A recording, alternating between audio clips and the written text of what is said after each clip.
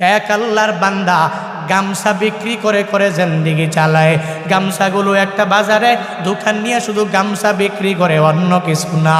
গামছা বিক্রি করে অনেক বড় টাকাওয়ালা এমনটা না, কোনো রকম চলাফেরা করে। প্রতিদিন গামছা বিক্রির জন্য বাজারে চলে যায়।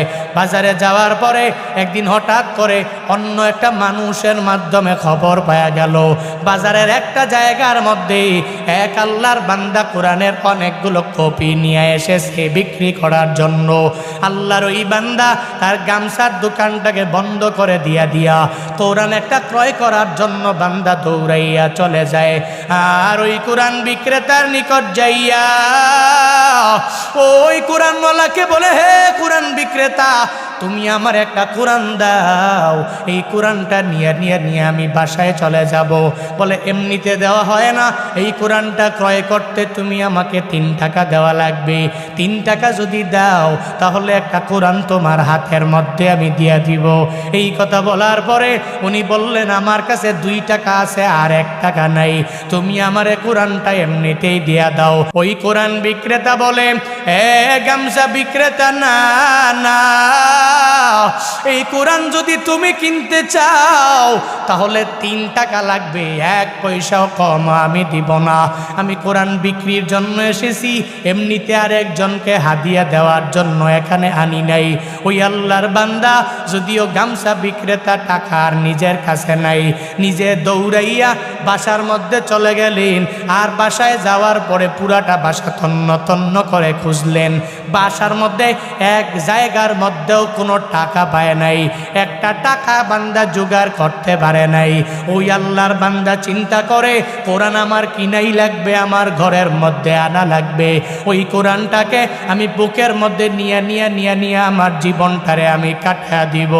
আল্লাহর ওই বান্দা গামছা বিক্রেতা, নিজের ঘরে কোনো টাকা নাই, ওই মানুষের বাড়িতে বেড়াইবার জন্য একটা কাপড় আলমারির মধ্যে আছে, যেই কাপড়টা নিয়ে মাঝে মাঝে বিভিন্ন জায়গায় বেড়াইবার জন্য যায়।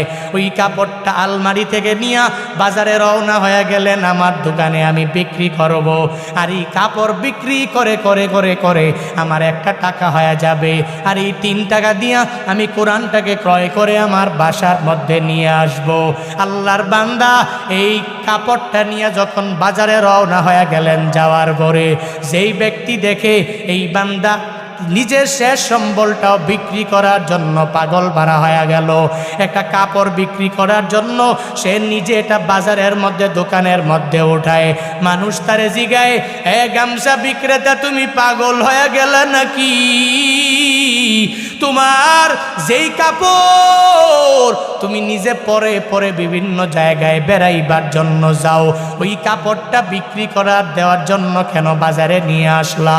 সে জানিয়ে দেয়, তোমরা আমারে এত কথা বলো না, আমার কাপড় নিয়ে যাও, আর আমার 1 টাকা দাও, আমি 3টা টাকা নিয়ে কোরআন ক্রয় করার জন্য চলে যাব। আমার পুরো জিন্দেগির সব কিছুর চাইতে আমার আল্লাহর কোরআন আমার কাছে অনেক পরিমাণ দামি। আমার এই কাপড় লাগবে না, তো সব দোকান বাদ দাও, গামছা টামছা লাগবে না, আল্লাহর কোরআনটারে বুকের মধ্যে নিয়ে আমি চলতে পারলে আমার জিন্দেগি হয়ে যাবে। ওই মানুষের সামনে থেকে কাপড়টাকে বিক্রি করে 1 টাকা নিয়ে নিলেন। 3 টাকা নিয়ে এই কোরআনটাকে ক্রয় করে নিয়ে চলে গেলেন নিজের বাড়িতে যাওয়ার পরে প্রতিদিন দোকানের মধ্যে আসে আর যায়, আর এই কোরআনটাকে নিজে হাতের মধ্যে লইয়া বারবার এই কোরআনটারে চুমুকায় আর হাতের মধ্যে নিয়ে বলে, এ मौला का बात है, ए अल्लाह का कलाम है, ए मौला का बात है, ए अल्लाह का कलाम है। আল্লাহর ওই বান্দা গামছা বিক্রেতা অনেক বড় টাকাওয়ালা এমনটা না, এই কোরআনটাকে হাতের মধ্যে নিয়ে প্রতিদিন দোকানে আসার সময় কোরআনটারে বুকের মধ্যে নেয় আর হাতের মধ্যে নিয়ে কি সুন্দর করে করে বারবার চুমু খায় আর কোরআনটাকে ধরে ধরে আর হাত দিয়া বলে, এই বান্দা যদিও মুসলমান কিন্তু কোরআনটাকে সুন্দর করে পড়তে জানে না, কিন্তু কোরআনের মায়া কোরআনের প্রেম বান্দার অন্তরের মধ্যে কমতি নেই। আল্লাহর এই বান্দা কোরআনটাকে ধরে আর মুছে আর জানায়া দে, মালিক তোমার কোরআন এত সুন্দর, ও আল্লাহ তুমি কেমন জানি কবে তোমারে আমি দেখতে পাবো। তো ওই কোরআনটাকে ধরে ভালোবাসা নিয়ে প্রতিদিন বাজারে যায়, আবার বাজার থেকে আসে। ব্যবসায়ীরা বাতাইছড়ি বাজারের মধ্যে দোকান করেন, অসুবিধা নাই। বড়ুরা বাজারের মধ্যে আপনার দোকান আছে, অসুবিধা নাই। আপনি সিএনজি চালান, আপনি রিক্সা চালান, জীবিকা নির্বাহের জন্য বের হয়ে গেলেন। ফজরের নামাজের পরে যখনই বের হয়ে যাবেন, যাওয়ার পথে কোরআনটাকে বুকের মধ্যে নিয়ে একটা দুইটা চুমু খাইয়া যদি বের হয়ে যেতে পারেন, আল্লাহর কোরআনটারে চুমু খাইলে আপনার টাইম পাস হবে না, কোনো ক্ষতিও হবে না, আপনার সময়েরও লোকসান হবে না। যেই খাতে আপনি জীবিকা নির্বাহ করার জন্য দৌড়াইয়া যাবেন, ওই খাতে আল্লাহ পাক আপনাকে বরকত বাড়াইয়া দিবে। আল্লাহর ওই বান্দা কোরআনটাকে ধরে ধরে ধরে ধরে বারবার মুছে আর নিজের বুকের মধ্যে লাগায়। প্রতিদিন এই কোরআনটাকে ধরে ধরে চলে যায় দোকানে, আবার চলে আসে। একদিন তার ঘরের মধ্যে তার বউ নাই, বউয়া মারা গেল, তার মা বাবা কেউ নাই, তার ছেলেও নাই, শুধুমাত্র আছে তার একটা কন্যা সন্তান ওই ঘরের মধ্যে। আল্লাহর ওই বান্দা একদিন রাতের বেলা যখন ঘুমায়া যায়, আল্লাহর কোরআনটাকে বুকের মধ্যে লইয়া বারবার আল্লাহর কোরআনটাকে ধরে ধরে আর মুছে। এরপরে যখন বান্দাটা ঘুমায়া গেল, ঘুমের বিছানায় ঘুমে বিভোর হয়ে গেল, রাতের বেলায় আজরাইল মালাকুল মউত তার দুয়ারের সামনে হাজির হয়ে যায়। ওই বান্দা ফজরের আগে দুনিয়া থেকে বিদায় হয়ে যায়। সকালবেলা তার কন্যা সন্তান বারবার যায় তার বাবারে ডাকে, ও বাবা আমার তোমার দোকানে যাওয়া লাগবে, আজকে কি যাবা না? আবার বাবারে ডাকে, ও বাবা আমার দোকানে যাওয়া লাগবে, তুমি কি যাবা না? বারবার যদিও বাবারে ডাক দেয়, বাবা তো আর ঘুম থেকে জাগবে না, কারণ বাবা তো পুরা জিন্দেগির জন্য অটোমেটিক এমনিতেই ঘুমায়া গেল। ওই আল্লাহর বান্দার মেয়েটা গামছা বিক্রেতার মেয়ে বাবার কাছে যাইয়া বাবার নাকের সামনে হাতটা নিয়ে দেখে বাবা দুনিয়ার মাঝে নাই, বিদায় হয়ে গেল। একজন কোরআন প্রেমিকের বিদায় হলো। চোখের পানি ফালাইয়া শুধু ওই বাবার মেয়েটা চোখের পানি ফালায়া ফালায়া কান্না করে, কারণ এই দুনিয়াতে মাও নাই, বাবাটাও হারায়া গেল। যেই বাবাটাই ছিল লাশ তার সম্বল, ওই বাবার আদর নিয়া বেঁচে ছিল। ওই বাবা মারা যাওয়ার পরে সমাজের সব লোকেরা তার বাবার কাফন দাফনের ব্যবস্থা করার জন্যে সবাই যখন দৌড়াইয়া তার সামনে হাজির হয়ে যায়, এবার তার কাফনটাকে পরাইয়া দাফন কার্য করার আগে তো তারে জানাজা দেওয়া লাগবে। জানাজা ছাড়া তো দাফন করা যাবে না। ভারতীয় উপমহাদেশ অনেক বেশি আলেম এমন না, বর্তমান সমাজে গ্রামে গ্রামে আলেমের কোনো অভাব নাই, বিভিন্ন মাদ্রাসার অভাব নাই, মসজিদের ইমামের অভাব নাই, হুজুরের কোনো অভাব নাই, বক্তারও কোনো অভাব নাই। এত মানুষ, এত আলেম, এত বক্তা হওয়ার পরে কোনো অসুবিধা হয় না, জানাজা দেওয়ার জন্য ইমাম পাওয়া যাবে। ওই গামছা বিক্রেতা আল্লাহর ওই বান্দারে কাফনের ব্যবস্থা যখন করিয়া এবার তাকে যখন ওই খাটের মধ্যে শোয়ায়া একটা ইমাম বারবার খুঁজতে লাগলো। এলাকার মধ্যে একজন ভালো মানুষ নাই যারা ইমাম বানাবে, জীবনের শেষ নামাজের মাধ্যমে তাকে দোয়া দিয়া দাফনের কার্য সম্পাদন করবে। গামছা বিক্রেতাটাকে ওই তার খাটের মধ্যে শুয়াইয়া রাস্তার মধ্যে নিয়া বসায়া রাখলো। ওই জায়গায় দাফন কার্য সম্পাদন করা যাবে না, জানাজাও দেওয়া যাবে না। এলাকার লোকেরা একজন জানাজার ইমাম খুঁজতে লাগলো। ইমাম আসলে এরপর ইমামের মাধ্যমে সে সামনে দাঁড়াইয়া তার জানাজার নামাজ পড়াবে। এরপরে তাকে বলবো দাফন করে তার কাজের মধ্যে সে চলে যাবে। অনেকক্ষণ যাবত একটা ইমামের জন্য অপেক্ষমান। মুসলমান, একটু পর এক আল্লাহর বান্দা যার গালের মধ্যে দাড়ি দেখা যায়, যাকে দেখলেই মনে হয় আল্লাহওয়ালা, নামাজি, রোজাদার, নেক আমল হলা হবে, ভালো মানুষের মতো দেখতে দেখা যায়। আল্লাহর ওই বান্দা আসার পরে মনে করলো বুজুর্গ মানুষ, তাকে ঘোড়া থেকে নামাইয়া তাকে বলল, হে ভাই আমার, তুমি কোথাও যাওয়া লাগবে না, লাগবে না, লাগবে না। একজন গামছা বিক্রেতার লাশটাকে আমরা এই জায়গার মধ্যে নিয়ে ওয়েটিংয়ে আসি, অপেক্ষমান আসি, যদি একজনকে পাওয়া যায় তার মাধ্যমে জানাজার ইমাম তারে বানাবো। তোমাকে পেয়ে গেলাম, আজকে জানাজার ইমামতি তুমি নিজেই করে নিবা। আল্লাহর ওই বান্দা সাথে সাথে ইমামতিতে যখন দাঁড়ায়া গেলেন, দাঁড়াইয়া ওখানে ইমামতির কার্য সম্পাদন করার পরে এবার দাফন করা লাগবে। ইমামের আবদার জানা, ইমাম তুমি কোথাও যাওয়ার দরকার নাই, আমরা সবাই মিলে আমরা জানি আমরা পাপী বড় গুনাহগার, ওই দাফন কার্য সম্পাদন করার জন্য এই গামছা বিক্রেতাকে তুমি নিজে তোমার হাতের মাধ্যমে তাকে কবরের মধ্যে শোয়া দিবা।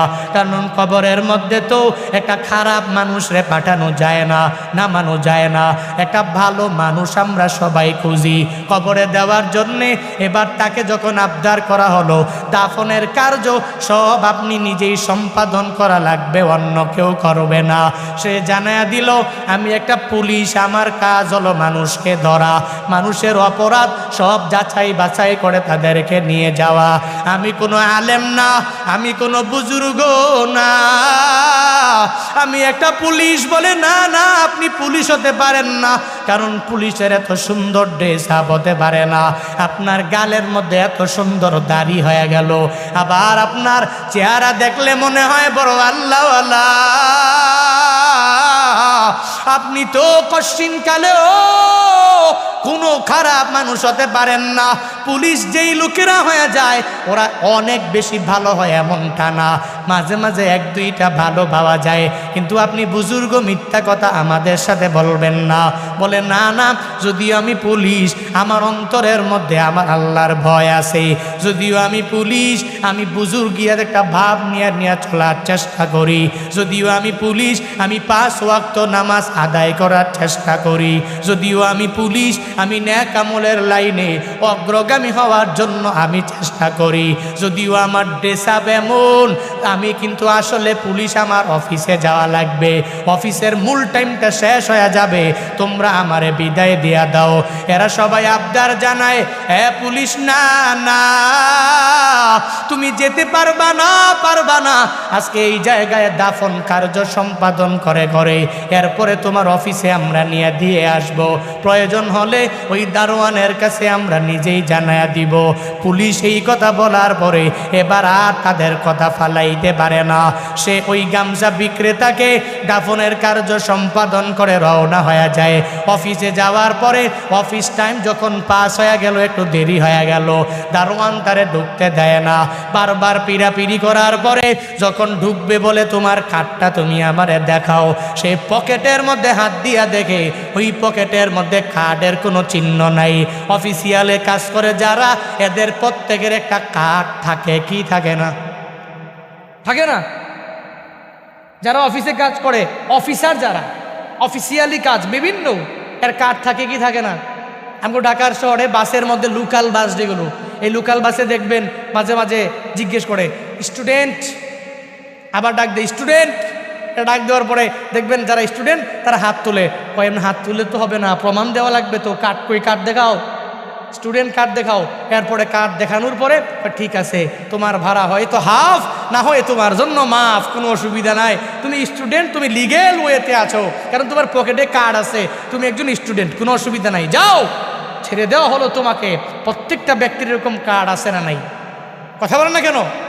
পরিচয় বহন করে ওই কার্ড পুলিশের জিগায়, এই দেরি করে আইসো অফিসে, তোমার কার্ড দেখাও, পকেটে হাত দিয়ে দেখে কার্ড নাই, হায় হায় হায়, কার্ড গেল কই, আমি যে এত বড় পাওয়ারওয়ালা যাইওয়ালা, কার্ড নাই তো পাওয়ার নাই, কার্ড আছে তো পাওয়ার আছে।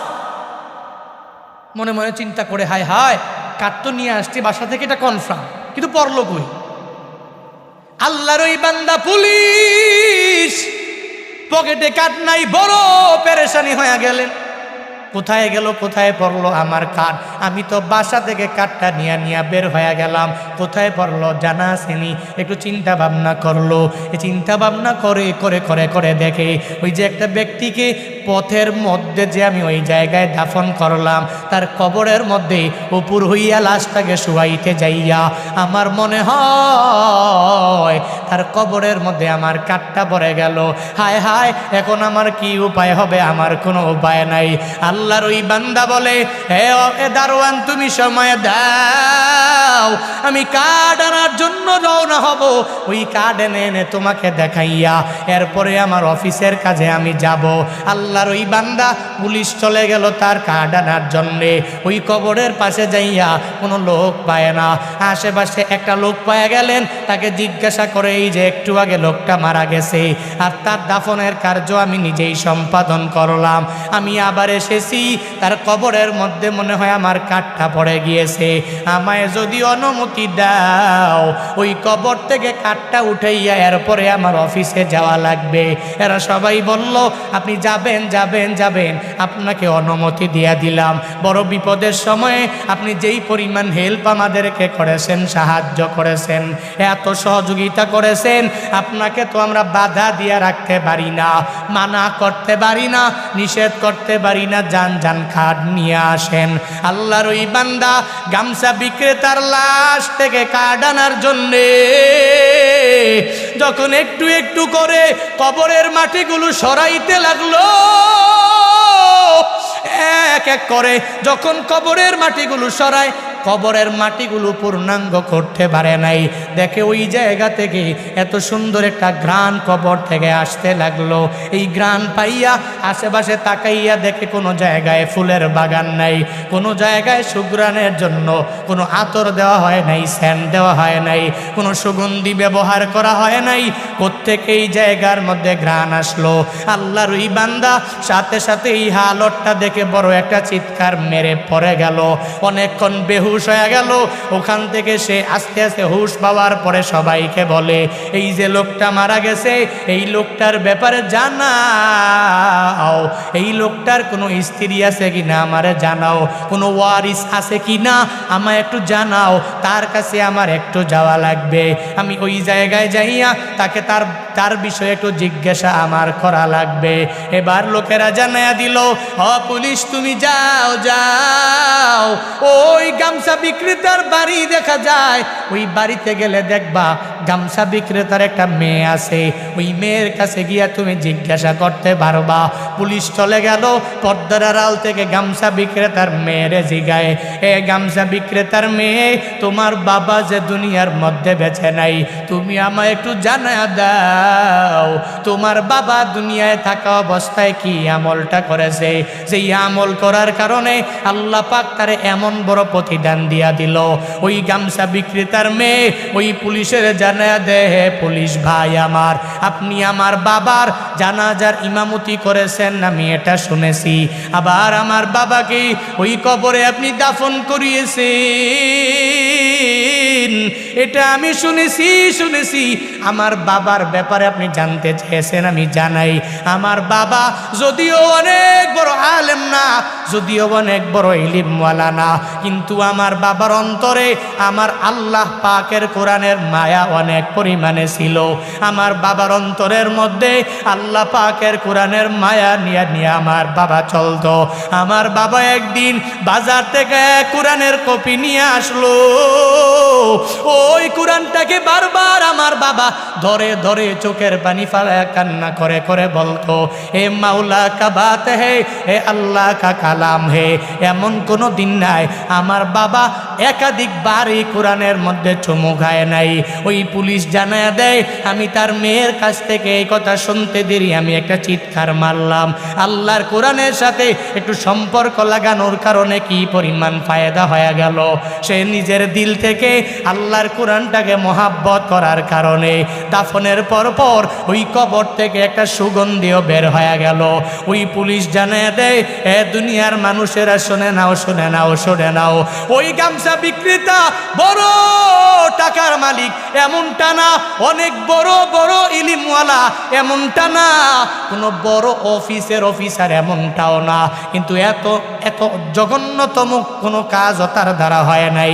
এত নিচু পদের হওয়ার পরেও কোরআনটার প্রেম অন্তরের মধ্যে ঢুকানোর কারণে তার যদি এমন পরিস্থিতি হয়ে যেতে পারে, তাহলে আমি কেন পারবো না, পারবো না, পারবো না। আজ থেকে আমি কোনো অফিসে যাব না, আমার কার্ডেরও দরকার নাই, দরকার নাই, দরকার নাই।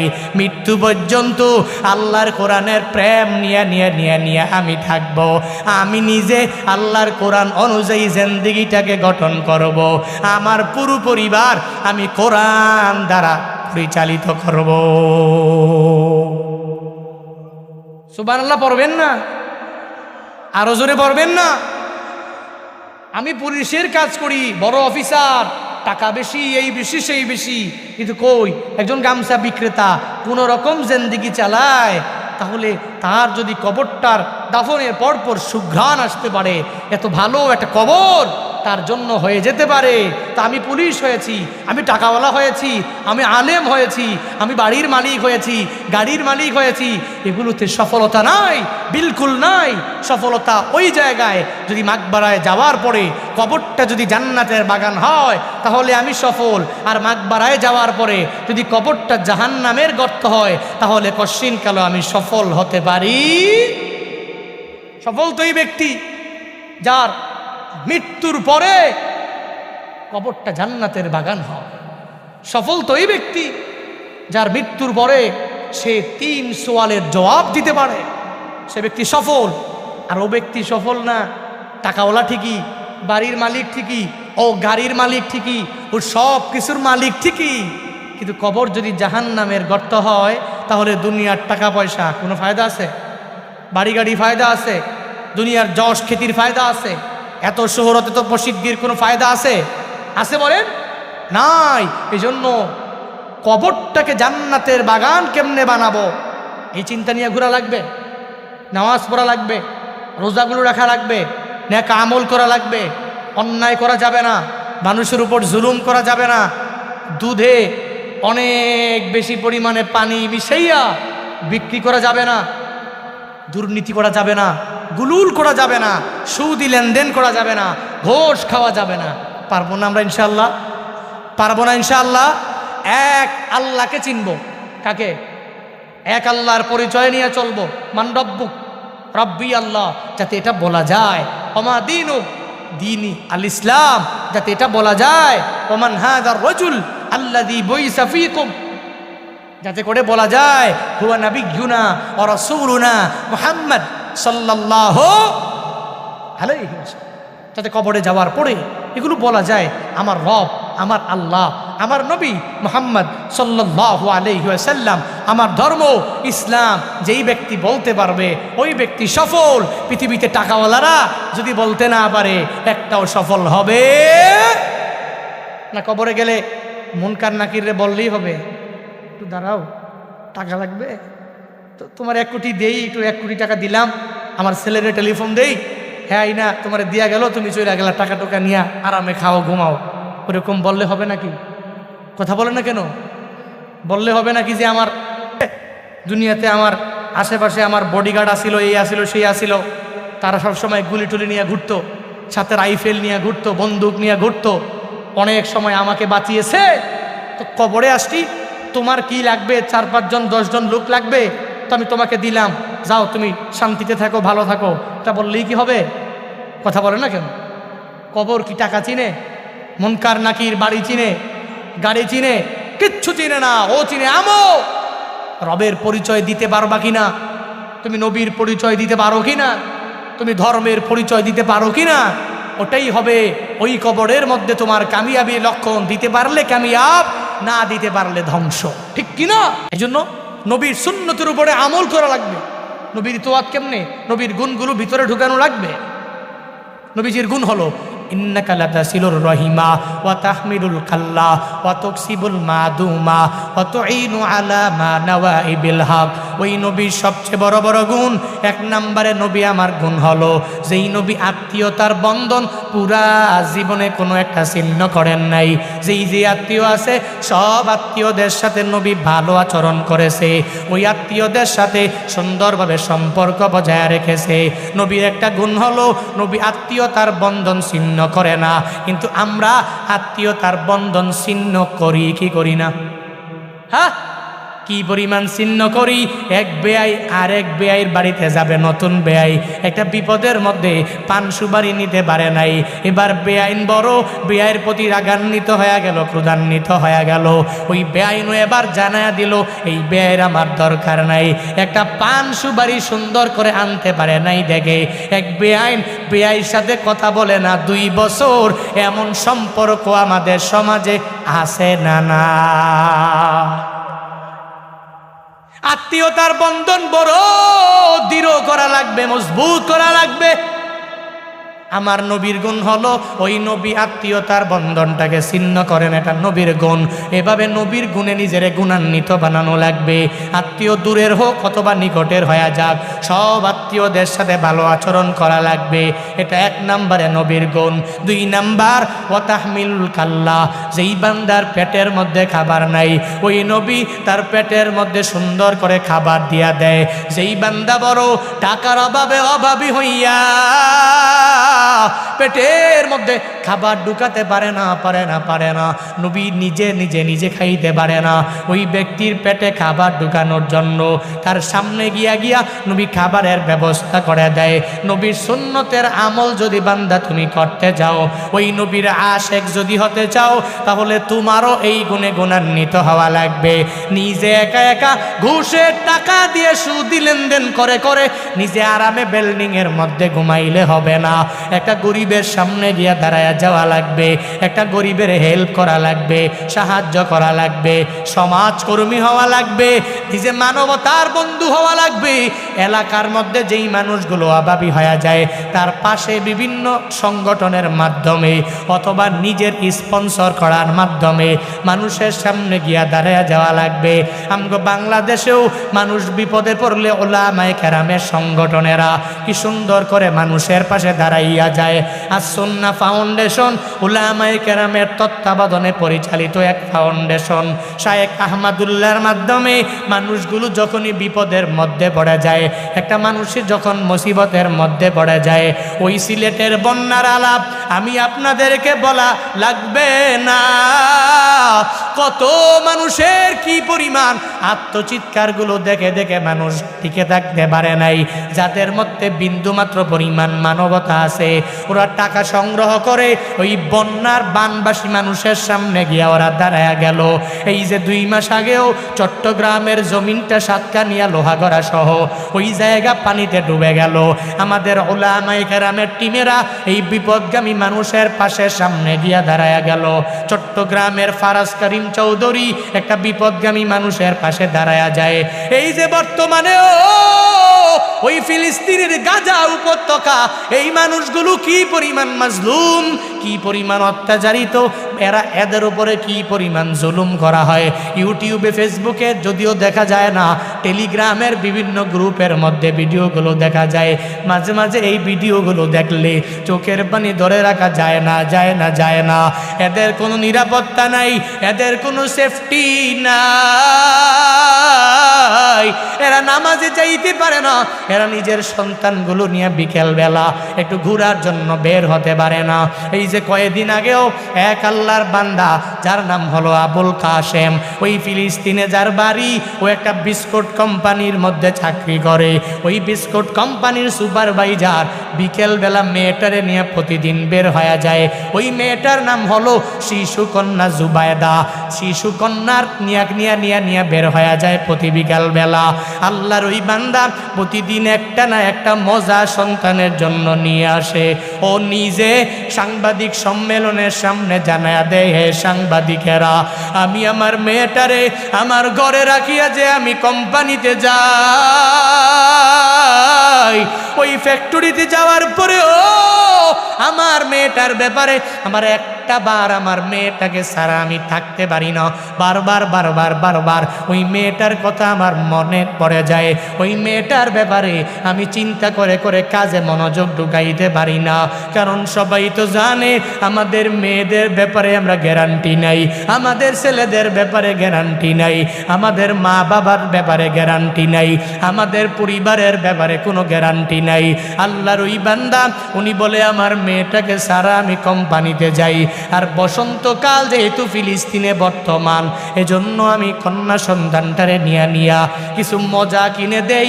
এরপরে বিকালবেলা বিভিন্ন ফুল দেখার জন্যে, বিভিন্ন প্রজাপতি দেখার জন্যে ওই মেয়েটারে নিয়ে আমি বের হয়ে যাই। ওই লোক এবার বলতে লাগলো, একদিন আমি বিস্কুট নিয়ে আমার মেয়েটাকে সঙ্গে লইয়া প্রজাপতি দেখার জন্য আমি বের হয়ে গেলাম। কন্যা সন্তানটার নাম হলো শিশু কন্যা, যার নাম হলো জুবায়দা। আমি জুবায়দারে আমার আঙ্গুলের মধ্যে ধরতে বললাম। আমার আঙ্গুলে নিয়ে বিকেলবেলা আমি ফিলিস্তিনের জমিনে বের হয়ে গেলাম। আমার কন্যা সন্তানটারে নিয়ে আমি রাস্তায় যখন হাঁটি, একটু পরে আমি বড় একটা চিৎকার যখন শুনতে পেলাম, ওই চিৎকারের পরে হঠাৎ করে আমি জমিনের মধ্যে পড়ে গেলাম। আমার আঙ্গুলটা আমার কন্যাটা সারে না। আমার কন্যা জুবায়দা আমাকে ডাইকা বলে, বাবা আমি আর দুনিয়ায় থাকবো না, আর মনে হয় তোমাকে বাবা বলে ডাকতে পারবো না, আর মনে হয় জিন্দেগিতে প্রজাপতি দেখা হবে না, আমার মনে হয় জিন্দেগিতে আর কোনো ফুল দেখা আমার সৌভাগ্য হবে না। বাবার আঙ্গুলের মধ্যে ধরে বাবা বলে চিল্লায়। একটু পরে আর বাবাটাও বলতে পারে না, দুনিয়া থেকে বিদায় নিয়ে চলে গেল। 4 বছরের বাচ্চাটা কি পরিমাণ মায়া নিয়ে বাবা বাবা বলে। হে বাবারা, আপনার সন্তান যদি আপনার সামনে কেউ আঘাত করে মেরে ফেলে, আপনি কি পরিমাণ পাগল পারা হয়ে যাবেন? ওই সন্তানের জন্য চোখ দিয়া কি পরিমাণ পানি আসবে। আল্লাহর ওই বান্দা বলে, আমি আমার কন্যা সন্তানটারে ওই পেটের মধ্যে আমার নাক লাগায়া আমি আমার কন্যা সন্তানের গায়ে কি সুন্দর করে গ্রান আমি শুনতে পাচ্ছি। আমার মনে হয়েছে আমার কন্যা সন্তান জাহান্নামী হবে না। এই কন্যা সন্তানের গুনাহ নাই, সে অটোমেটিক্যালি জান্নাতি হয়ে যাবে। তার নিজের ভিডিওটা দেখে আমি নিজেও চোখের পানি ধরে রাখতে পারি নাই। ওই কন্যা সন্তানের পেটের মধ্যে নাক দিয়া ঘষাঘষি করে আর বলে, ও কন্যা জুবায়দা, ও বাবা তুই আর যাবি না, আমার লগে আয়, প্রজাপতি দেখবো, আয়। ও কন্যা সন্তান আয়, আমি তোকে নিয়ে একটু ফুল দেখা লাগবে। ও কন্যা সন্তান আয়, আমি তোকে নিয়ে একটু ফুল দেখবো, প্রজাপতি দেখবো। আর প্রজাপতি ধরে মজা কিনে নিয়ে এরপরে আমি তোকে নিয়ে বাসায় চলে যাব। এই পরিমাণ কান্না করে, কিন্তু ও জানে এই কন্যা আর আসবে না। এই গাজার মুসলমানেরা, এই ফিলিস্তিনের মুসলমানেরা অসহায় হয়ে গেল। বাংলাদেশের ওই চট্টগ্রাম রাউজানের কৃতি সন্তান ফারাজ কারিম, ও অত দাঁড়ায় গেল মানুষের সামনে থেকে টাকা পয়সা জোগাড় করে গাজা পর্যন্ত কিছু টাকা পয়সা, কিছু অনুদান এদের জন্য পাঠায় দেয়।